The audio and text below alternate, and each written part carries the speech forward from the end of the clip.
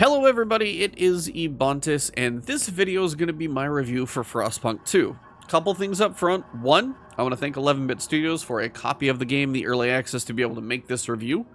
Second, I want to tell you what the perspective of my review is coming from, and that is from somebody who did not play the first game.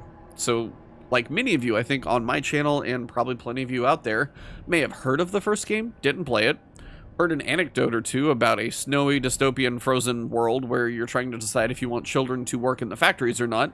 Yeah, all of those things are for real. And what you're kind of looking at on screen is what I would best describe as where the first game took place. What you want to picture is England, late 1800s, early 1900s. So picture like 1893, and then say this game takes place in 1906 or something like that. Not too far apart, but about 120 years ago. So diesel punk, steampunk technology kind of going on. And in England, obviously, apocalyptic kind of ice age hits. Things go poorly. And a group of you find this generator, kind of convert it, and kick it off to be able to start using coal to make enough heat, and you're able to survive. And on that small, tiny, granular level, each person is a resource. Do they require food? Do they require heat to survive? Every building that you place down, like every single one of these little buildings that you can see, is going to be something that you make a decision about. And in the first game, most of it all took place in about this circle, maybe a little bigger. But if you picture like a divot, a crater, basically something kind of recessed into the ground, you had this big circle to build in.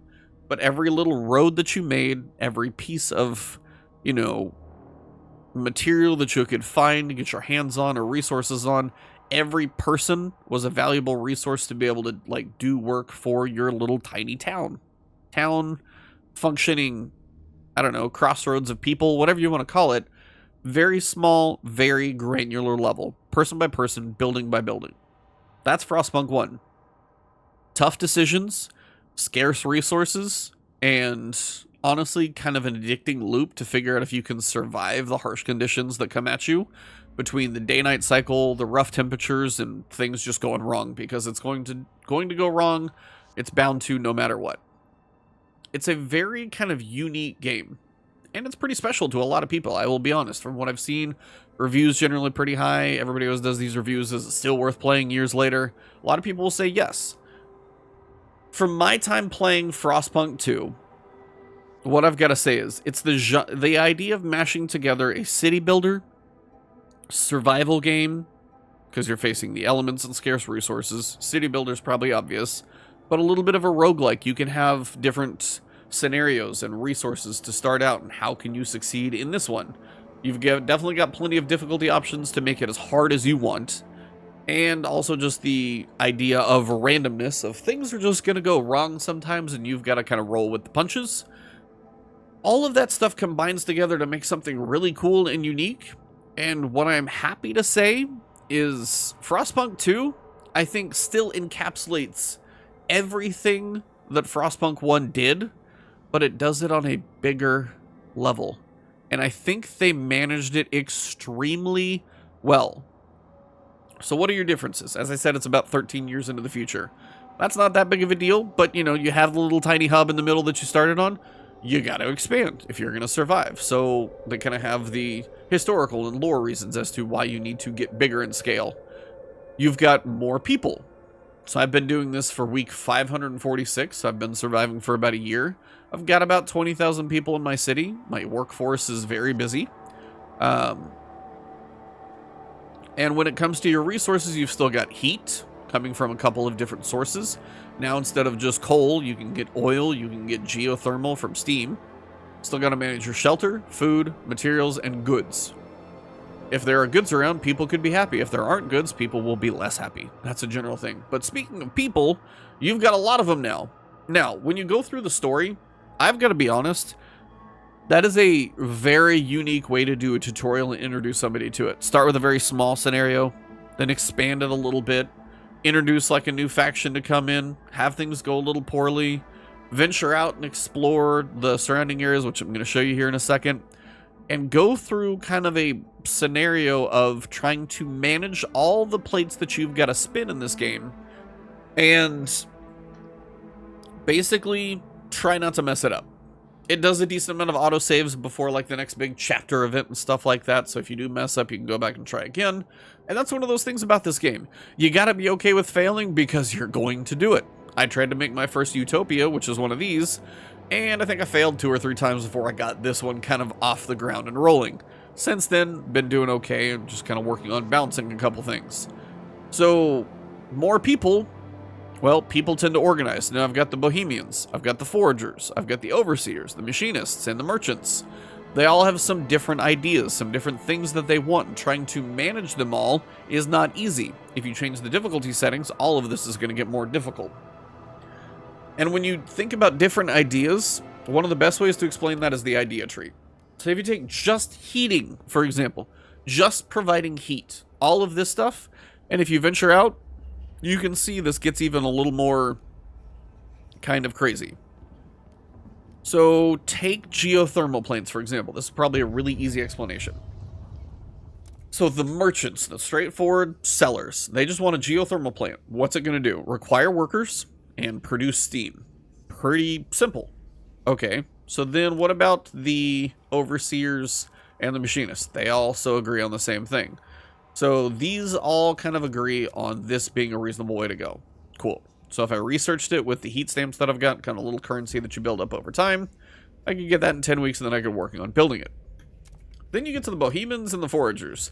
They want an unfiltered geothermal plant. How can we capture more steam from geothermal springs? So this is a facility that swiftly converts the natural heat of geothermal springs into steam by less stringent filtering of the subterranean toxic gas. So what is this going to do? It's going to give you more steam output per geothermal plant that you make. And again, heat matters. But disease is marginally increased. Now, is that a big deal? Probably not. If you have some medicine laws in place, and we'll get to laws in a little bit, if you have hospitals in place to manage it, maybe this isn't a big deal. And for the same workforce, you're going to get more steam output. That's a decision you can make. You're going to make, you know, about 40, what is that? About 44% of the city happy, or you can make 56% of the people happy. Kind of a toss-up, what you prefer. Just know, if you do enough things that are kind of, say, unfiltered or disease-risking, that may be something that ends up biting you in the butt if you can't manage it. Same thing if you think about food energy efficiency. Not everybody has an idea on this. So what are my 2 ideas? I've got crop selection. Base heat demand of food districts is significantly decreased. That's just a good win overall. And both of these are probably wanting it. And you got 18 and 26, but these don't really have an idea at all. So if I did this one, the amount of heat that's required for food districts to function significantly decreased. That could just be a win. So that's one of those that can be a bit of an easier decision. Coal liquefiers, though, I got 3 different options here. So I've got a basic coal liquefier. I'm going to get some oil from the coal. Going to take a workforce, and it's going to cost 40 materials to make the oil as well. Now, if I come over here, squalor is like filth, grime, pollution, because these are pressurized coal liquefiers using synthetic oil and solvents into the air as a byproduct, so you're just pollution is a risk. Now, it takes less pollution, or it takes less workers to do, but the same material demand.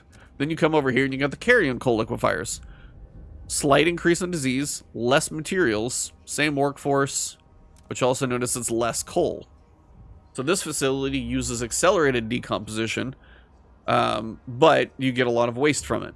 So a lot of this is going to be like the trade-offs of what you can manage. And then when it comes to how you manage your city, it's also how happy are all of your factions going to be between all those choices. If you just pick, say, like the overseers and the machinists and the merchants all the time, these 2 are going to be pissed. And as they're about 40 some odd % of my city, it's not great if half my city's mad at me. The other side of things is going to be your laws. So take just survival, for example, with food. Do you want foraged additives? Only natural foraged ingredients will be added to food. Citizens will provide some food. Pretty simple, not too bad.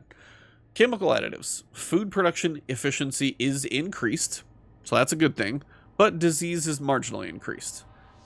So if you approve chemical additives with tolerable risk levels, you might have some people get sick occasionally, but you're going to get more food out of what you're producing from your food districts. That is a choice. If I wanted to go with this, I could propose the law as the next thing to vote on, and you can see right now 40 people are for it, 28 are against it, and 32 are hesitant. Well, when you go to get to that point of picking a law, then what you would do is those hesitant people typically are the ones who you would have to try and basically negotiate with. And you can see the foragers probably would be where I would get the most from. So 10 foragers are against it, but if I could negotiate, and typically what you'll do when you negotiate, you're either going to tell whatever faction it is that I'm going to pass the next law you want, I'm going to go research a different thing that you may want me to do, or I'm going to maybe give you a favor or something else down here. I could fund the projects that you're looking to get funded. I could raise funds. If I really don't like you, I can just take money from you. I could make you a promise. And I have 3 different options of, again, same kind of idea.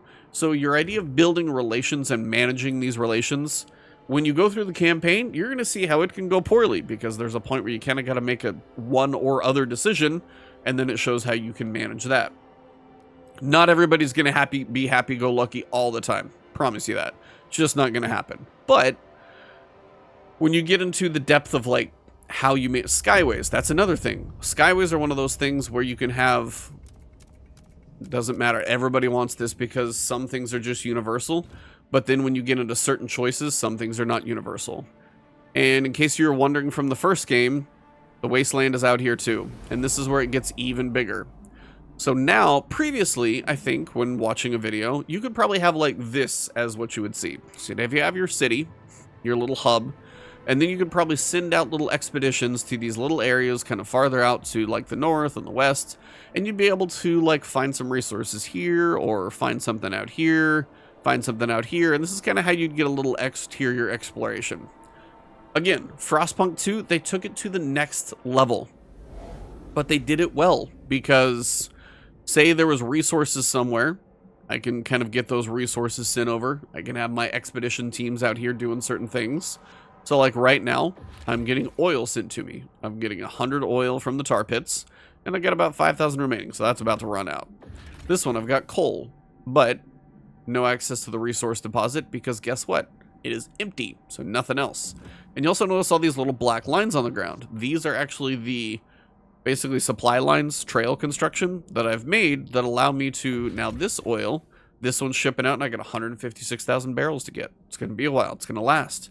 This coal over here as well, I got 90,000 and it's coming 200 at a time. Both of these supply lines are coming in.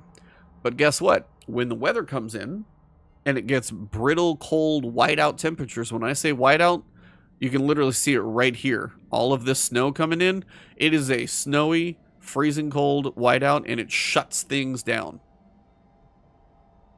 Temperature will drop by 104 degrees Fahrenheit for all of us in the States. Celsius, sorry, I'm not going to do that conversion in my head.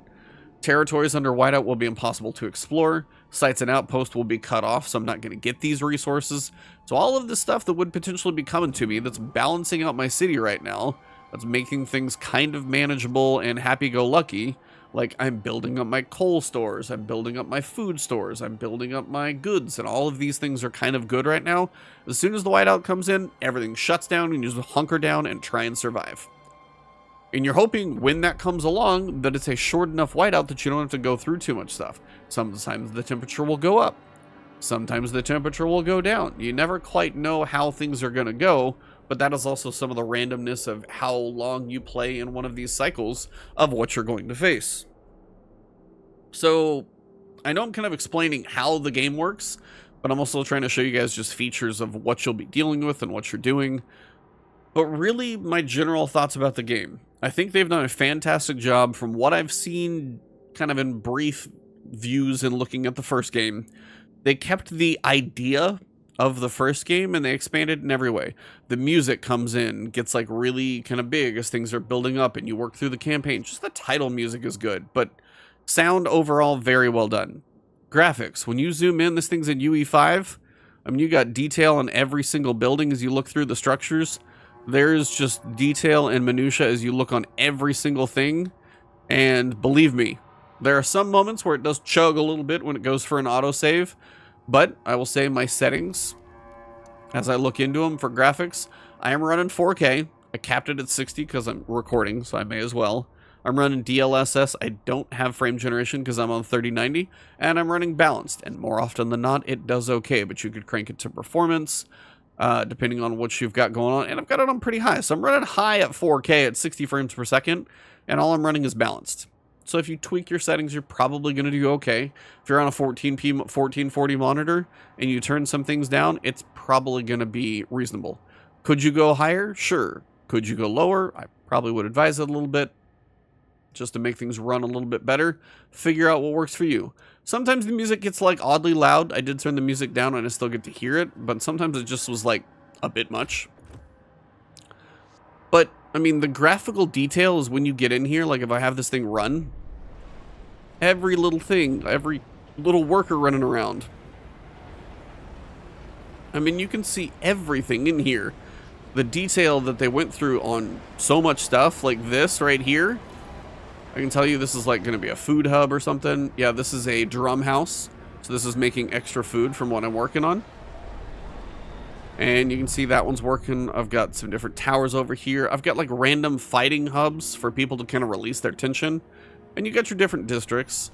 But overall, I am very happy to give this game pretty high marks, in all honesty, because having not known too much about the first game, my opinion on this one may be skewed from somebody who is like an expert when it comes to the first game. So if I have different opinions than you, that's totally fine. We're coming from different perspectives. But from what I've seen so far, I think they've made an excellent sequel by taking the original idea of this little city here and this little like granular management of scarce resources and tough decisions and cold weather. And they've taken all of that and they've just given you so much more, but still giving you the challenge of what you're trying to manage, a world that looks really pretty, the actual open world map of like different colonies that you're going to be able to go explore, different resources. I mean, you're going to have a whole other city over here when I send colonists. I'm going to be able to come in here and I'm going to have a whole other city that looks exactly like the one I have over there. And you can see the populous colony. I'm going to need 10,000 for food, fuel, and materials. And I'm going to eventually have colonies of 10,000 in each one of these. And this one's only at 20,000 right now. So the game is crazy deep, and it actually did a pretty good job bringing me in with the tutorial. I mean, if you ever need to check out a tutorial, it's got everything. I mean, you've got sick, population growth, cold, crime, squall. It's going to go through everything you want to know about, and if you need to look, it's all in here. It really is. Like, whiteouts are terrible. You will truly just hope you make it through your first whiteout, because when it finally comes in, you're going to realize how terrible things actually get and probably how unprepared you're going to be. And the other thing I can say is be okay with failing, because when I went through the campaign, I think I had to reload once or twice as I was working through that. But when I started the Utopia City, which is literally just, I started scenario 1, which is this one, and I started here and I was trying to get some resources, I kind of messed up my initial use of resources and I kind of got myself into a corner and I was stuck. And then I kind of just restarted and managed things a little bit better, but still didn't quite get it third time around. Got it flowing, and this is the one that I'm working on. So overall for me, Frostpunk 2, I'm going to give this a 9 out of 10. It truly is an amazing game. The fact that they took a sequel that was very beloved, and they took the idea and expanded on it in pretty much every way that I think is going to keep it very interesting and manageable. But they're not going to make you build every road, but they're going to make you manage a district. They're not going to have you build every building, but within each district, if you expand a district, you're going to be able to build buildings that do different things. But within those buildings, you've got different idea trees, and those buildings are going to have give and take to all of them. So, for me, high recommendation. Thoroughly enjoy the game. Kind of want to play it more. I'm just busy playing about 3 different things right now. So I played the Prince of Persia DLC. Plucky Squire comes out the day that this review comes out. There's a lot of things coming out pretty close together. But I'll be honest with you, every so often I'm just kind of, if I'm playing offline, it might be this if I'm streaming, because it's kind of cool just to go through and experience one of these things and see what you can do. You could get lost in this game, and I think you can get lost in a very good way of trying to keep the plate spinning and managing that challenge, and then being very satisfied when things start panning out.